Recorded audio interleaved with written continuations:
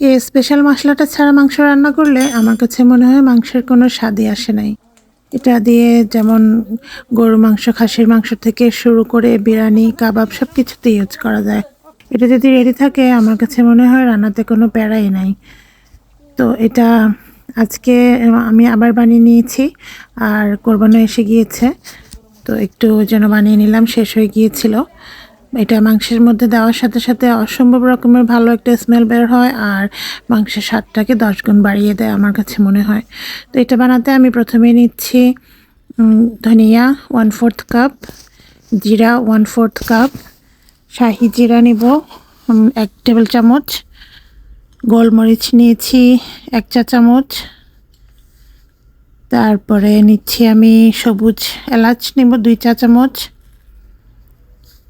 জয়ত্রী নিব আমি 10-12টা, আর কালো এলাচ নিয়েছি 7-8-9টা, দারচিনি 10-12 টুকরা, আর স্টার মশলা নিয়েছি আমি 5-6টা,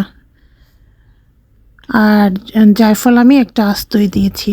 তেজপাতা আমি 10-12টা কেটে ছোট ছোট পিস করে নিয়েছি, আর শুকনো মরিচ নিয়েছি 10-12টা। এই শুকনো মরিচগুলো আমার গাছেরই, গত বছরের। তো এটা স্বাদটাকেও বাড়ায় আর সুন্দর একটা কালার আসে। এগুলোকে এবার আমি চুলায় ভালো করে একটু টেলে নিচ্ছি, যাতে করে ব্লেন্ডারে দিলে ভালো করে দেওয়ার সাথে সাথে ব্লেন্ড হয়ে যায়।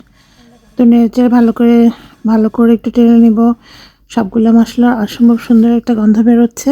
দেখেন এই যে মশলাগুলো রেডি ব্লেন্ডার করার জন্য। একটু ঠান্ডা করে এবার আমি এই ব্লেন্ডারটাতে ব্লেন্ড করে নিব।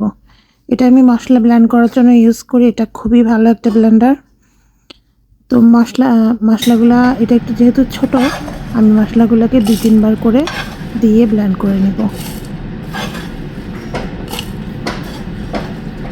প্রথমবারে কিছু নিয়ে নিচ্ছি, দেখেন দেওয়ার সাথে সাথে কিভাবে রেডি হয়ে যাচ্ছে, কত তাড়াতাড়ি অল্প সময়ের মধ্যে সুন্দর করে আমার মশলাটা রেডি। বাকিগুলো আমি আরেকবারে দিয়ে করে নিব। তো কোরবানি এসে গিয়েছে, এটা তো সবসময় থাকতে হয়, আর কোরবানির সময় তো একটু রান্নাবান্না বেশি হয়, তাই আপনারাও বানিয়ে নেন এরকম করে। এই মশলাটা অনেকেই বানাতে পারে আমি জানি, কিন্তু যারা পারেন না তারা বানিয়ে নেন। আর যেহেতু আমি মশলাটা 2 বার করে ব্লেন্ড করেছি, ওই জন্য আমি একটু ভালো করে মিক্স করে নিচ্ছি। আমি একটা প্লাস্টিকের বয়ম নিয়েছি, কিন্তু এটা আসলে একটু বড় হয়ে গিয়েছে।